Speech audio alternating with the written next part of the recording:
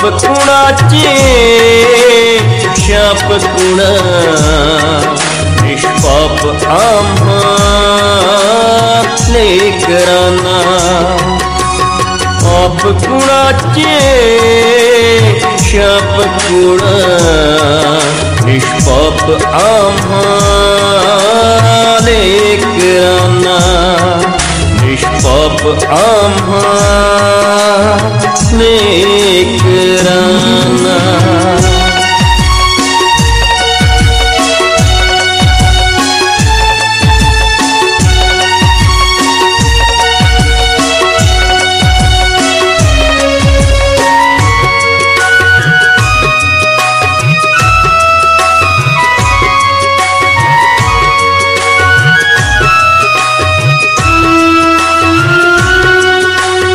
अग्निरथ हे जीवनाचे चाले दऱ्या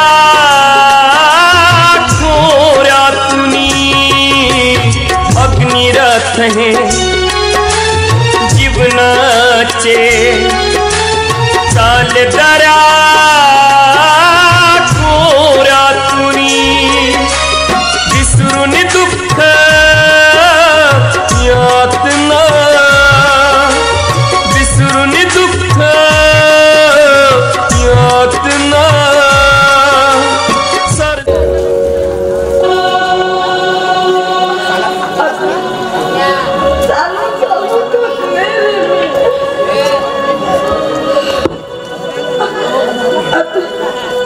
माझी नशीबच फुटके येते ज्या वेगाने मी मनामध्ये बदलीचे आग घेऊन मी इथं आले ना पण माझं अपंग शरीर मला साथ नाही देत रे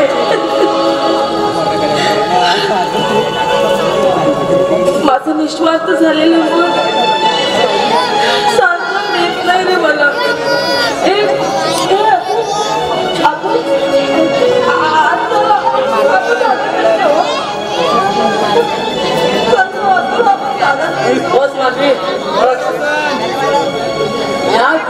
ती केली होती हट्टाच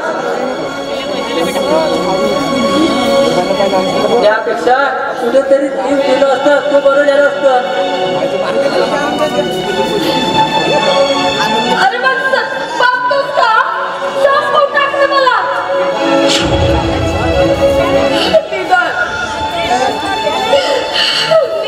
मला त्रास तरी सोडणार नाही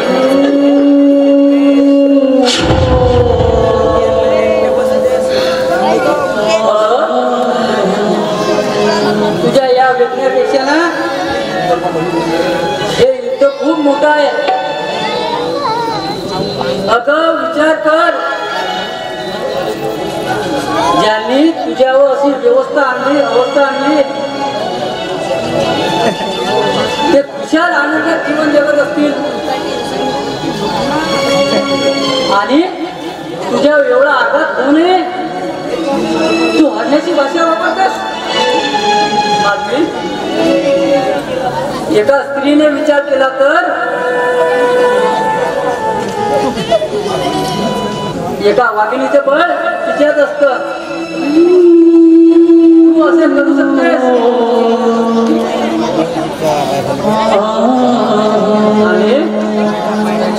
आणि तुला दाखवायलाच हवा एका वाघिणीचा डाव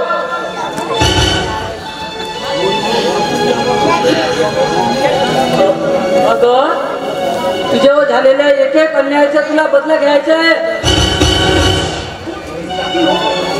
अगं उठ जागी हो आणि तुझ्या शरीरात खेळू दे एका वाघिणीचे रक्त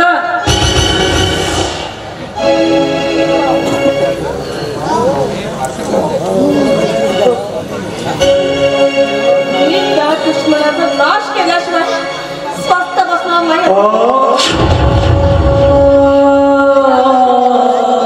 त्यासाठी मला खंबीरपणे उभं व्हावं लागेल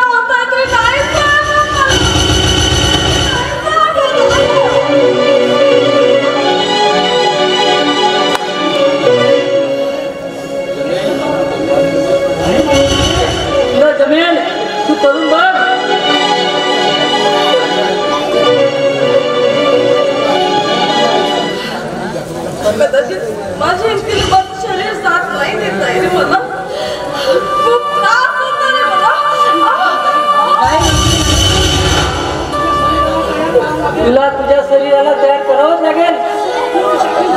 उठ आधी जागी हो.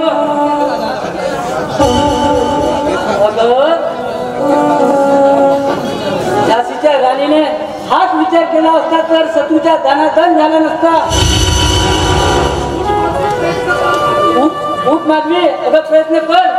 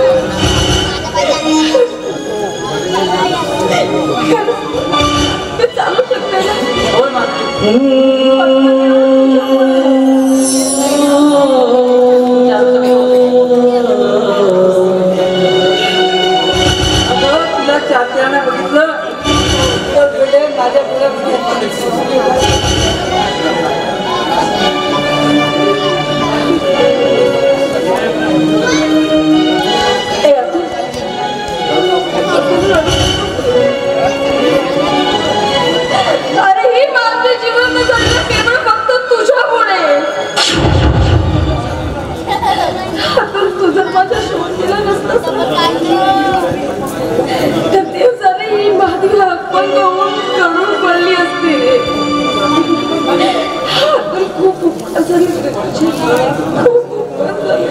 अगं यात उपकार कसले?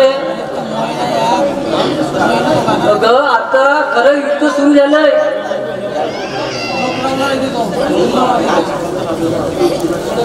आणि या युद्धात अजून तुला साथ देईल.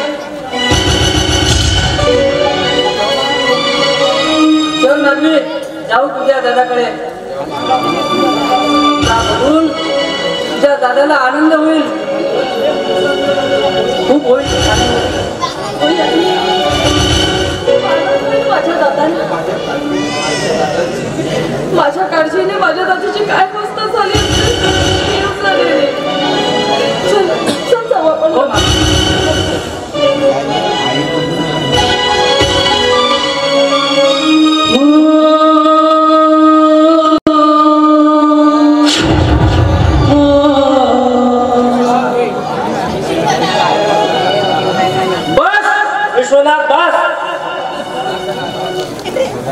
आता तुझ्या संपला समाज.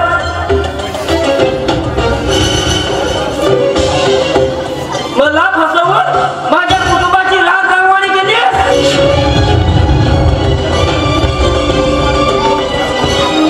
अरे अरे एवढेच नाही तर त्या मोहन सारख्या देव माणसावर अरे नको ते आरोप करून त्याच्या कुटुंबाची राग रांगोळी केली. आणि त्यांची ह्या गावातून भिंद काढलीस.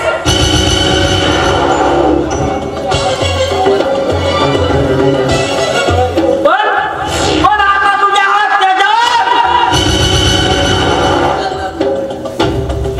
यापुढे कधीही चालणार नाही.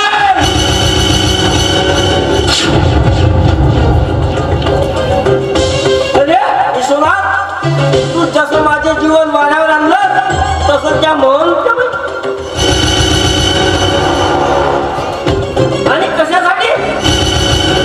ह्या सत्तेसाठी. अरे बघ विश्वनाथ, तुझे सर्व कार्यधंदे या फाईल मध्ये बंद आहेत. आणि काही पुरावे माझ्या हातात आले आहेत. म्हणजे तुझ्या घर सांगतात समाज.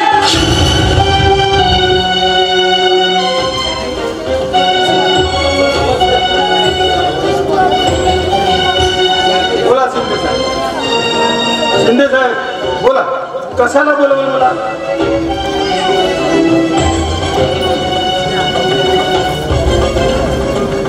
बोला ना. हेच शिंदे का? ते वेळासारखे गावात फिरत होतात ते? हो, मीच ॲडव्होकेट शिंदे.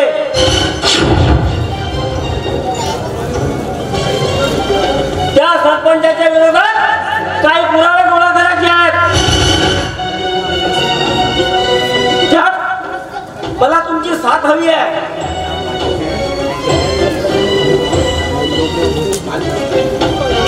शिंदे साहेब, अहो पण मी काय करू शकतो? मी छोटासा हवालदार, मी काय करू शकतो?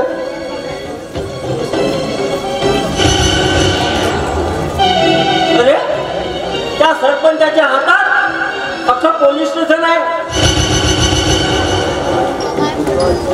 आणि सर्व भारतावर कुत्रे आहेत त्याच्यात. आणि तू जे प्रामाणिक आहेस आणि शासकीय अधिकार तुझ्या हातात आहेत. म्हणून तूच माझी मदत करू शकतोस. साहेब, तुम्ही काळजी करू नका. त्याच्या प्रत्येक हालचालीवर लक्ष ठेवतो. आणि हो, ही ह्या फाईल यामध्ये त्या विश्वनाथ सरपंचाचे सर्व कार्यधंदे आहेत. कुठे काय चालतात त्यांचे दारू जुगाराचे सर्व इथे आहेत. आणि त्यांच्यावर तुम्ही छापा मारा. शिंदे साहेब, तुम्ही अजिबात काळजी करू नका. तुम्ही बघा कसा मी डाव उलटा करतो ते. बरं बाळू, येतोय मी. बघा आता याचं काय करायचंय ते मी बघतो. या. बरं बघल्या काय करायचं ते तुम्ही पहा. ठीक आहे. बघल्या येशील ना मला साथ? बिलकुल. पण तुझ्यावर तर बहुत मोठी जबाबदारी आली आहे बळा. बाळू, तो सरपंच बळा नराधम आहे. अबे मोठ्यानं भो काढते बळाचा सांभाळू. अबे फुकणीची आहे. साल्या अबे माझ्या अबे माझा दंडा नाही ढिलाय, त्याच्यावर पडला ना, नाही ढिलाय, लगेच ढिलाय.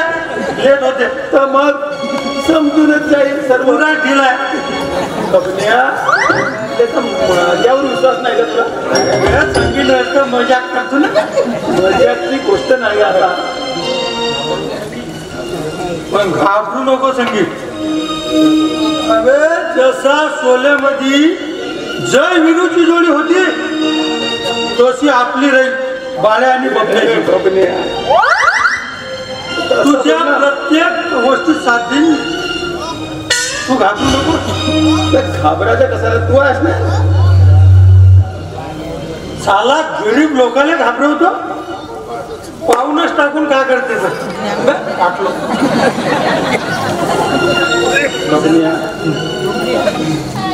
अबे मग चल सांग.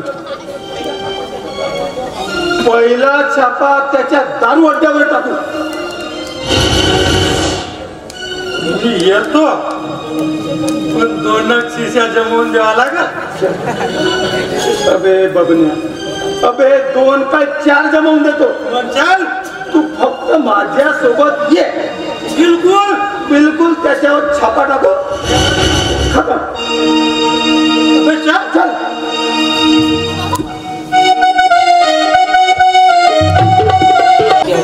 तुषार आतापर्यंत आला कसं नाही?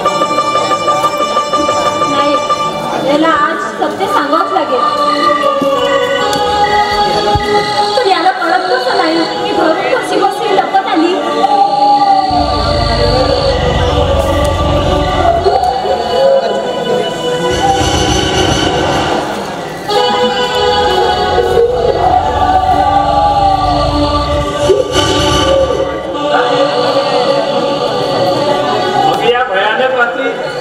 मला कशाला बोलवलं?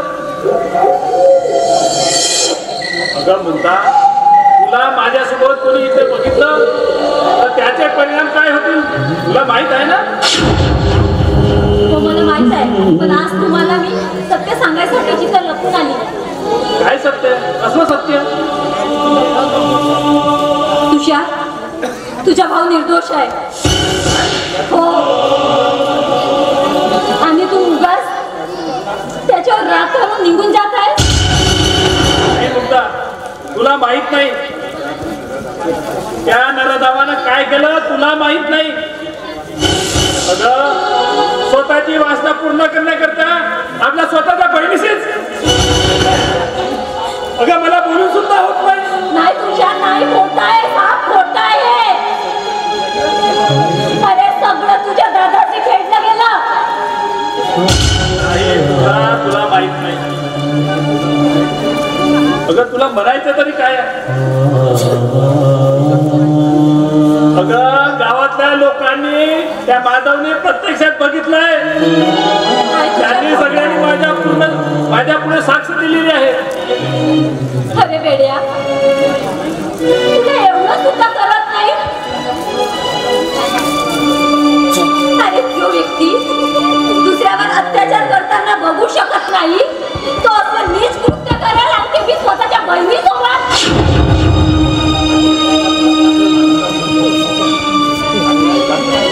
आणि राहिला प्रश्न त्या माणसाचा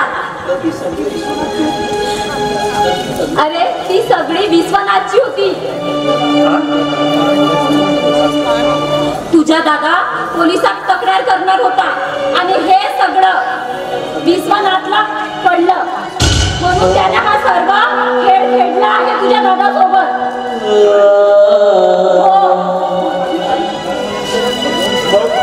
मग असं असेल तर माझी माधवीताई कुठे आहे? माधवी अतुल सोबत कुठे दूर निघून गेली रे. मी असं ऐकलंय. हो तुषार अतुल सोबत तुझी ताई माधवी कुठेतरी दूर निघून गेली आहे. अगं माझ्या पाठीमागे एवढं सारं घडलं आणि मला त्याची काहीही माहिती नाही.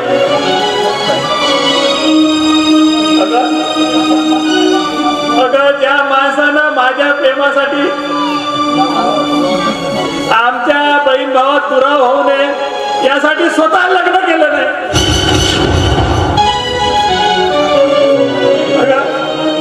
अगं आमचं स्वतःच्या लेकराप्रमाणे सांभाळ केला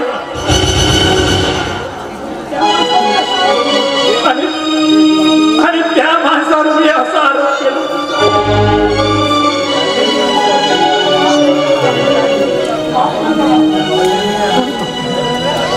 दादा अरे दादा मला माफ कर. तुझ्यावर असले आरोप लावले दादा मला माफ कर.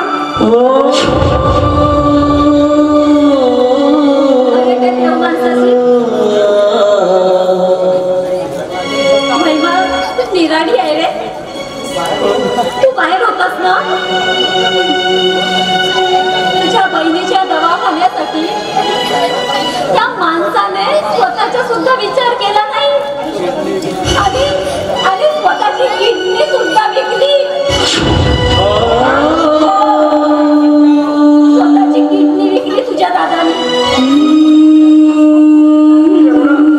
दादानी एवढा सुद्धा केला. तुझ विचार कर ना. तुझा दादा करू शकते नाही तुषार नाही. दादा दादा मला माफ करा. मला माफ करा. मी नाही समजू शकलो दादा तुझं प्रेम तुझ्या भावना तुमचा त्याग. दादा स्वतः उपास राहून आमचं पालन पोषण केलं. त्या दादावर मी असे आरोप लावले.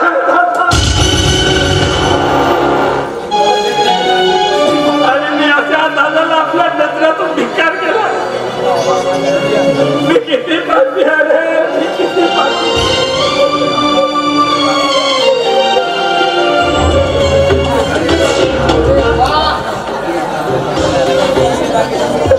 लैला मजनूचा खेळ सुरू आहे. मला वाटलंच आमच्या बाईसाहेब इतक्या रात्री चोर पावलानं कुठं जात आहेत. पण शेवटी तुमच्या भांडा फुटला. आता ह्या गोष्टीची वार्ता सरपंच साहेबांना सांगावं लागेल. त्याशिवाय तू करू तर काय शकशील रे. अरे विचार दुसऱ्याचं चांगलं करू नाही शकत तर वाईट तरी नको करू ना. हे मुद्दा जास्त शहाणपणा सांगू नको. नाही तर काय करशील तू. रामपुरा तू जिवंत राहशील तेव्हा सांगशील ना सरपंचाला.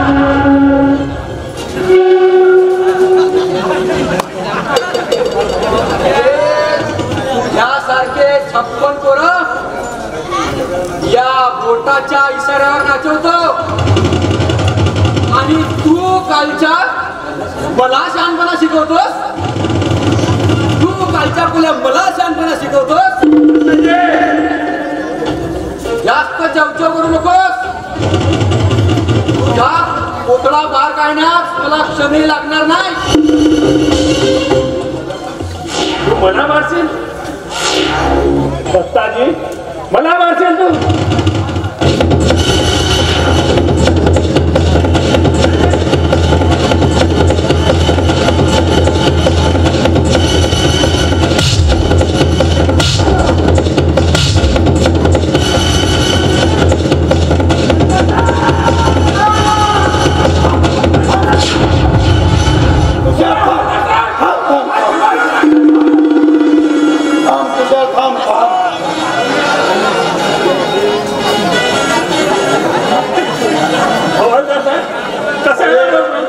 या पापी पापी माणसाला मी आज खतम करणार होतो.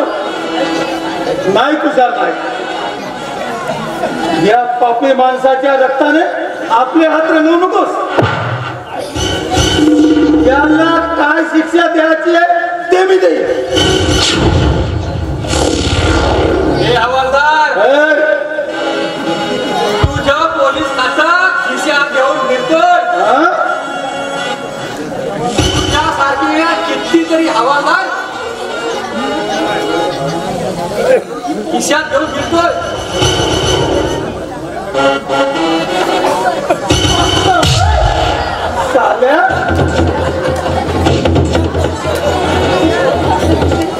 साल्या तू पोलीस खाते आपल्या खिशात ठेवत असेल, पण या बाळ्याला विकत घेऊ शकत नाही.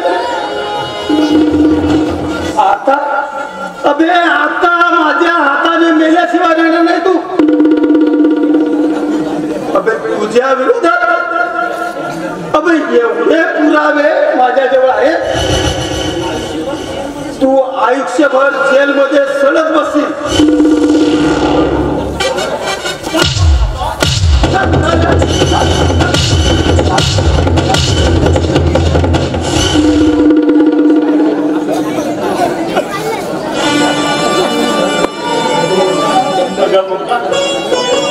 तू वेळेवर देवासारखी आली आणि माझे डोळे उघडलेस का? अगं तुझे हे उपकार मी जन्मभर विसरणार ग. जन्मभर विसरणार नाही. नाही वेडे, हे उपकार नाही. हे तुझ्यावर असलेले माझे प्रेम होतं. तुझी मुद्दा अजूनही पवित्र आहे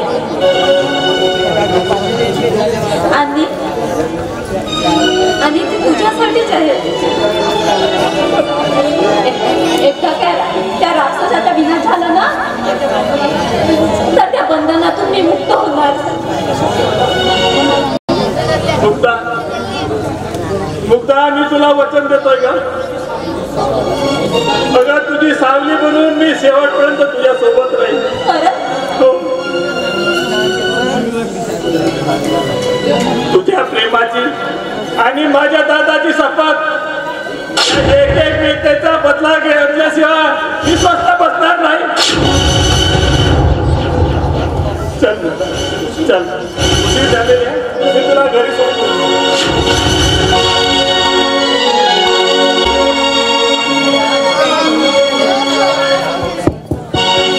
कधी उपवासी कधी भूत पाण्याचा पोट भरत तो रह्यो मिळेला भाकरीचा. कधी उपवासी पोट भरत तो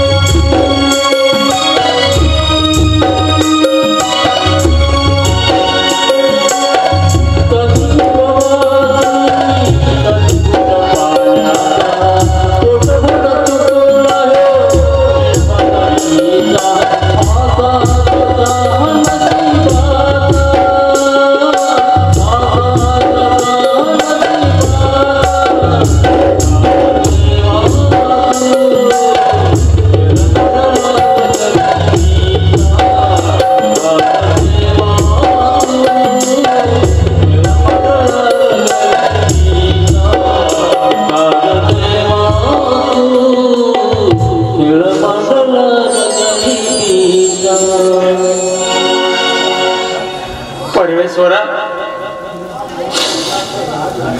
अरे हा मोहन जीवनाचे रहाडगाडे चालवता चालवता फार थकलाय रे, फार थकलाय. आता कुठेतरी या देहाला मोकळं करावं असं वाटतंय.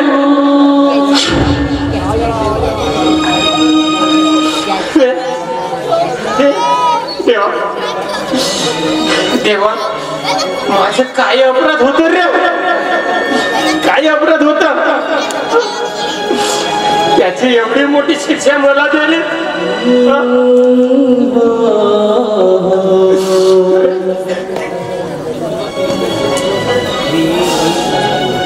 माझ्या माधवीच्या शोध घेतलाय,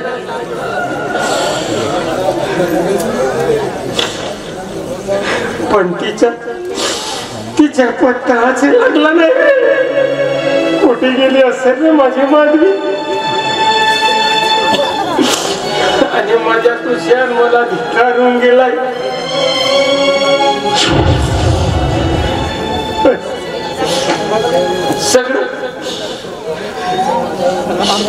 सगळं एका वादळासारखं सगळं निस्ताने झालंय रे.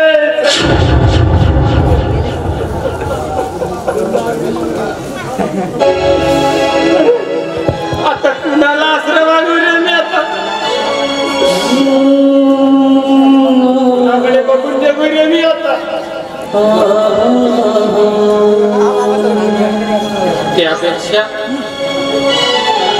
माझ्या या झोपडीत निवांत झोप यायची, आणि ती ही शेवटची.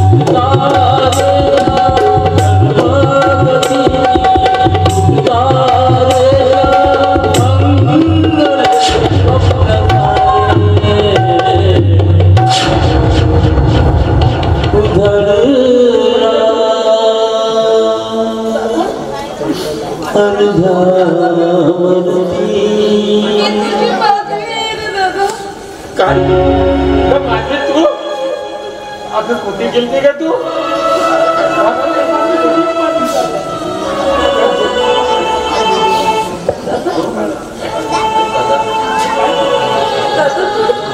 तू काय करायला निघाला दादा? स्वतःचा जीव द्यायला निघाला होता. तुला कोणी माझा विचारायला नाही करा.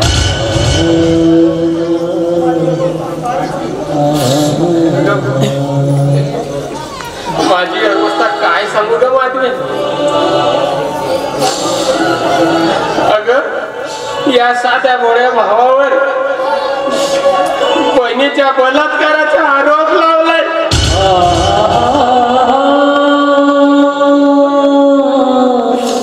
अगं एवढंच नाही, माझ्या तोंडाला काढा पासून माझ्या गळ्यात चपलाचे हार टाकले आणि माझी ह्या गावात हिंड काढली.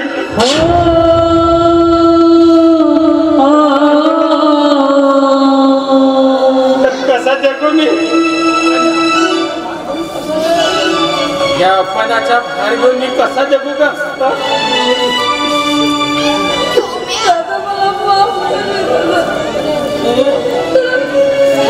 आई ना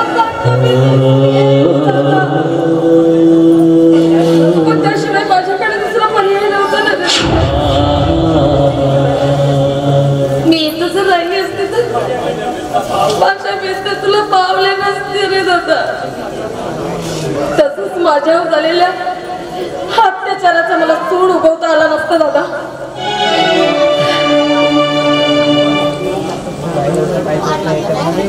पण दादा आता ही तुझी माधवी आता एका वाघिणीचं रूप घेऊन त्या नर राक्षसाचा वध करण्यासाठी इथं आली आहे.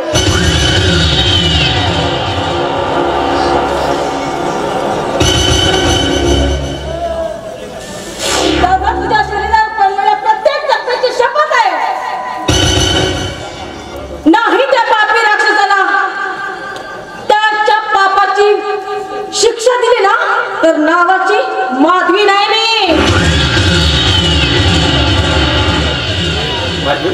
नाही अगं तू या आघातातून आता बाहेर आलीस. अगं हे तुझ्या दादासाठी मोलाचं आहे ग. मी तुला आता गमावू नाही शकत. नाही माधवी दादा आता तू माझी काळजी करू नकोस. दादा ही माधवी आता कवच खाण्याला पोकरू राहिली नाही, अरे वाघीण झाली आहे. वाघीण एकटा वाघिणीचा. वा माधवी वा. अगं अगं तुझ्याकडे बघून हे डोळ्याचे पारणे फिटले.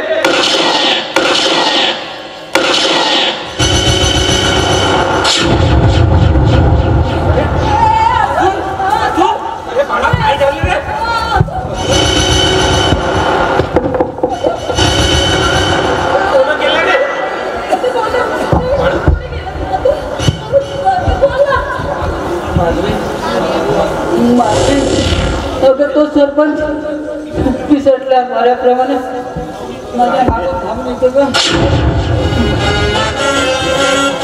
मला तुझ्या पता विचारत होत. मी तसं तरी निसटलो तर त्याने माझ्यावर गोळी झाडली.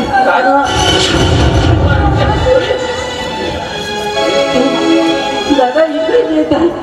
माधवी तो इकडेच येत आहे.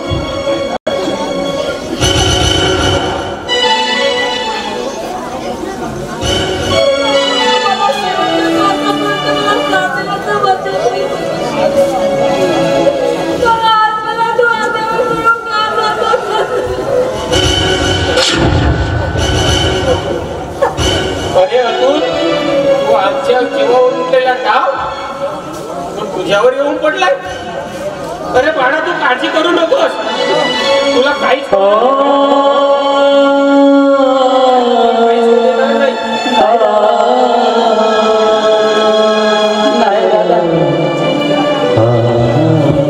माझ्या मृत्यू माझ्या डोळ्यात समोर आहे. तुम्ही इथं थांबू नका. माधवी मला वचन द्या.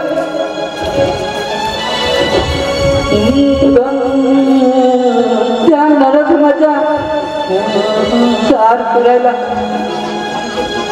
दुर्गेचं रूप घेशील ना. माधवी संसाराला जपता जपता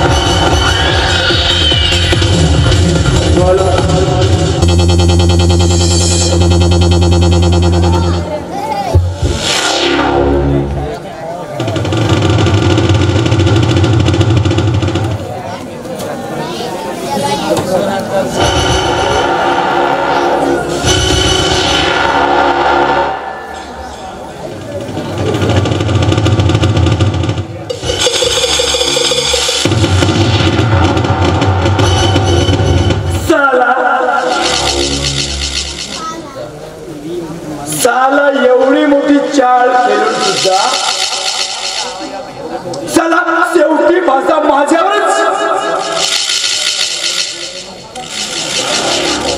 साला हा शिंदे माझ्या विरुद्ध पुरावे गोळा केलाय. साला मा दारू आणि जुगारावर त्यांनी धाड मारली. अरे साला माझा मित्र दत्ताजीला साला तुरुंगात टाकलाय.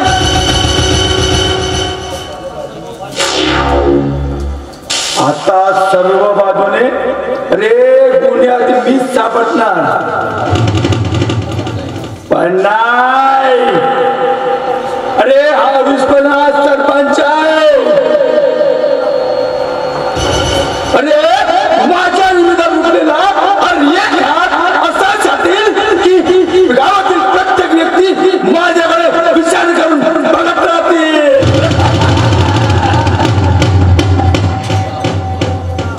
हे मुद्दा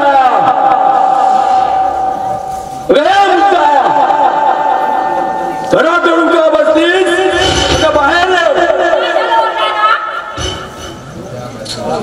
जा. माझ्यासाठी दारू घेऊन तुमची दारूची रोज पूर्ण करायला मी तुमची काही रखेल नाहीये. समजला? पुन्हा मला सांगायचं नाही.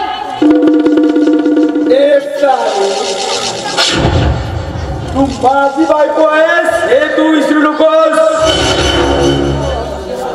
आणि पतीची सेवा करणे हे प्रत्येक पत्नीचं कर्तव्य आहे. आणि तुझी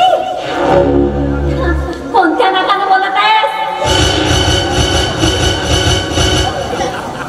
बायको आणि तुझी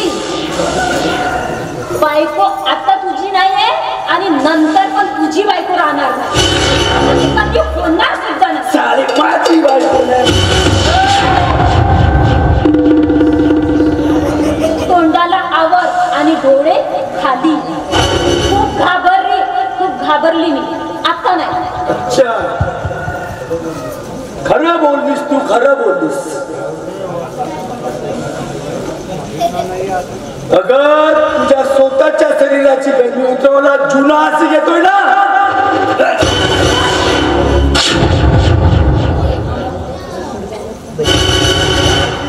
हिच्यात तर खूप ताकद आली रे. मला मारतोय, अरे नवऱ्याला मारतोय.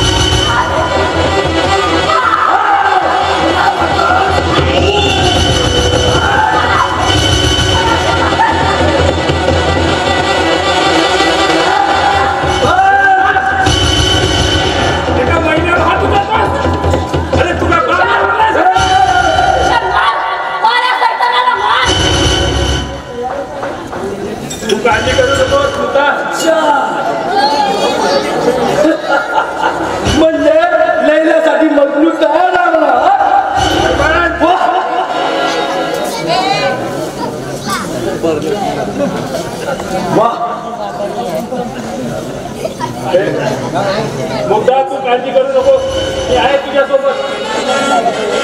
मला घेऊन जायलाच मी आलेलो आहे. बघतो कोण अडवतो मला आता. तर माझी बायको आहे. अरे तू आजपर्यंत स्वतःच्या स्वार्थासाठी जगलास, लोकांवर अत्याचार केलास.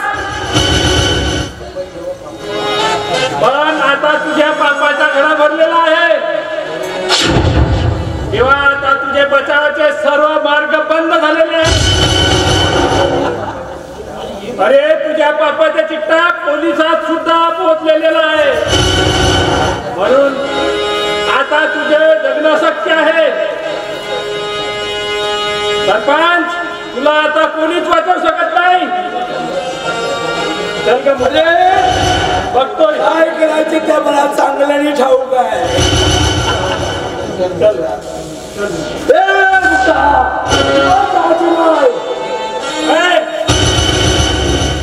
चाली माझी बायको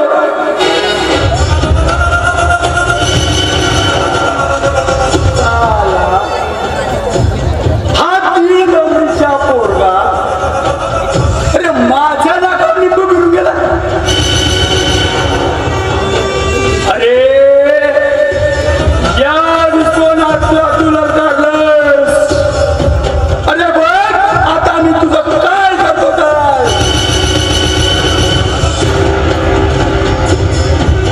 अरे तुझ्या कुटुंबाला अरे जाणून जाणून असा राग करेल मी सांगणार नाही. एका मर्दाची औलाद नाही म्हणून माझ्या नाकावर निघून गेलं तुला.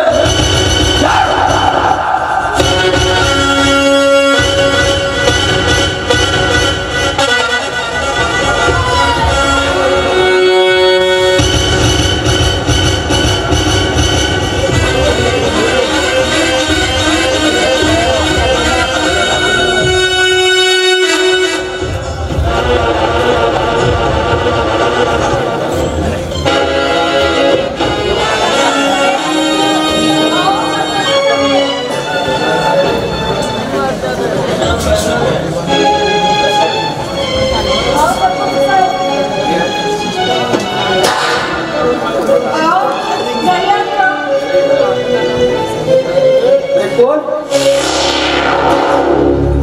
अरे माझी कशी काय आलीस तू? बाकी आणि ह्या सरपंचाची तुला कशी काय आठवण आली? तुमची माफी मागायला आली. माझ्याकडून तुमच्या विरोधात जाण्याची खूप मोठी त्याची शिक्षा मला मिळाली. होय का होय खूप वाईट झालं. तुमच्यासारख्या देव माणसाच्या विरोधात जाऊन खूप मोठा अपराध केलाय मी. सरपंच साहेब माफ करा मला. अगं हे गाव म्हटलं तर अशा गोष्टी चालतातच. पण तुझा हा चेहरा असा कोणी केला का? आणि तुझी अवस्था हे कोणी केली? मला माहिती आहे सरपंच साहेब. तुला माहित आहे?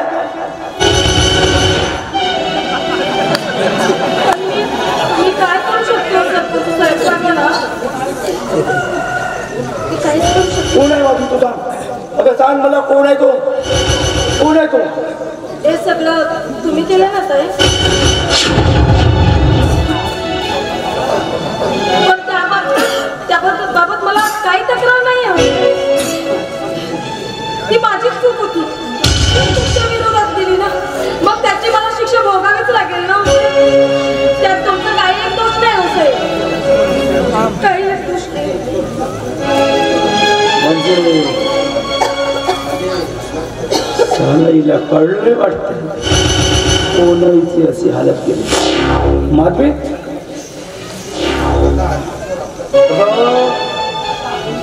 माधवी तुझी हालत बहुत गंभीर आहे.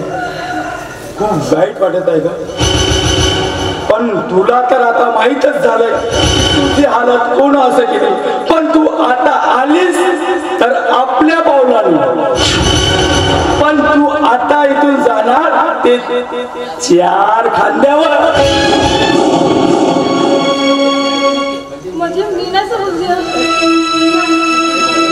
अगं तू समजली नाही. अजूनपर्यंत समजली नाही. अजूनपर्यंत नाही समजली.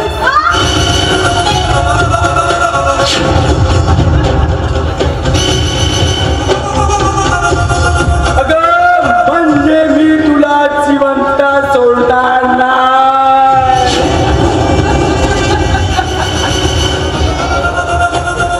अगं आजपर्यंत मी तुला खूप शोधलंय.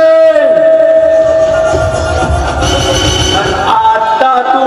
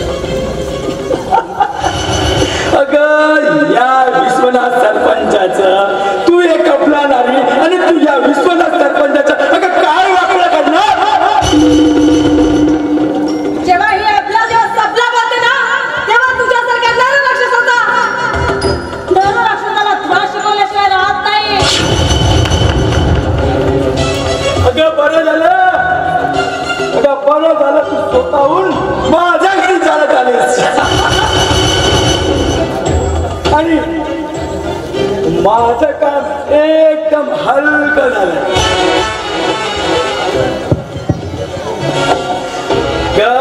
तसंही हे माझे हात अगं खूप दिवसापासून अगं हे माझे हात रक्तासाठी तहानलेले आहे.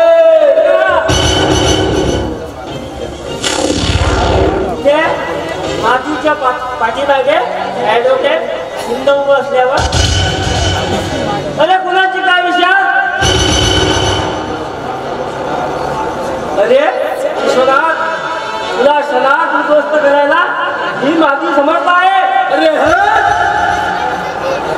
अरे हे स्वतः मरणाच्या दारात उभी आहे आणि मला मनाच्या गोष्टी करतो. अरे तुला माहित नाही का हा विश्वनाथ सरपंच म्हणजे वाघ आहे. आणि आता माझ्या हाताने अरे एक एक बनवून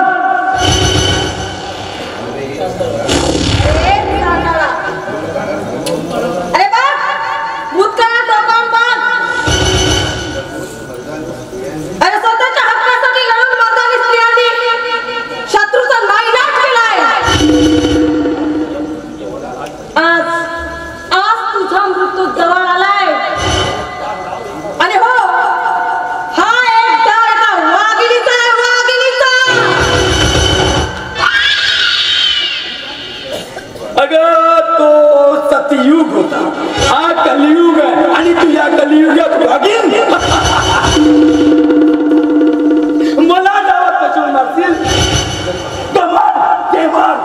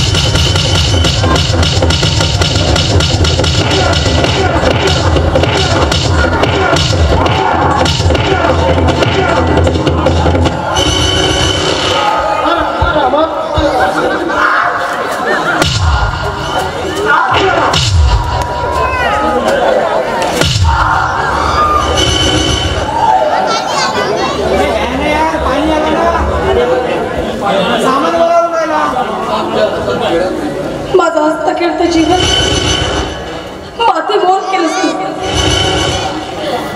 आता तुझ्या आयुष्याची माती मोल केलीच ना मी, केलीच ना. त्या जगात तुझ्यासारखे नरराक्षस जेव्हा गस्त होतील ना, तेव्हा या समाजातली स्त्री सुरक्षित राहील.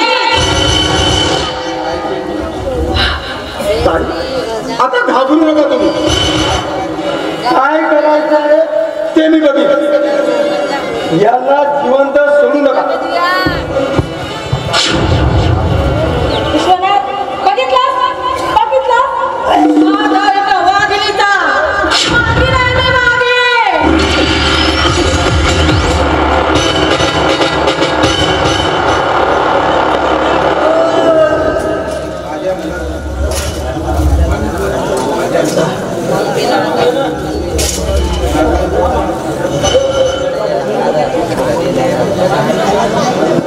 माझ्या मनात चढत असलेला सूट उगारलाय मी.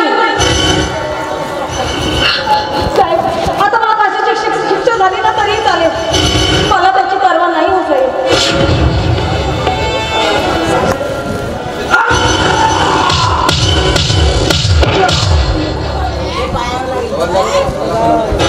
बोलला साहेब, त्याला मला वेळ नाही माधवी, तुम्ही जे केलं ते एवढंच केलं. या पाप करणाऱ्यांना अशी शिक्षा मिळाली पाहिजे. तुम्ही घाबरू नका. याला कुणी मारलं हे कुणालाही कळणार नाही. तुम्ही निघा माधवी, तुम्ही निघा. मी बघतो याला.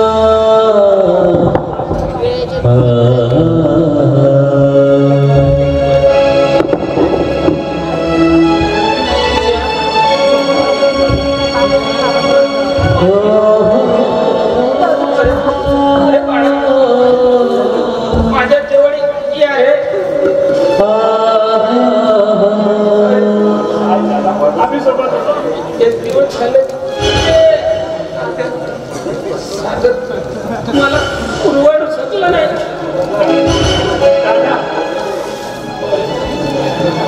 तुम्हाला बघून माझ्या डोळे सुकावलेत रे बाळा.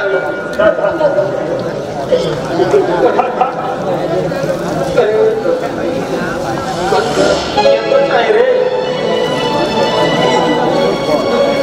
माझ्या पाचवीची आठ पिवळे करू नाही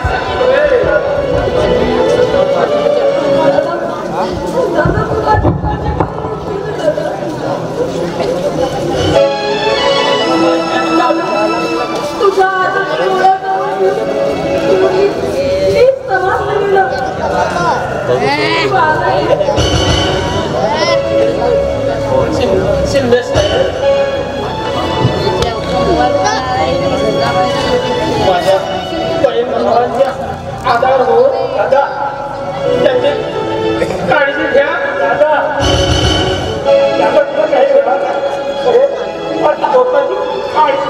काळजी घ्या. त्याला आधार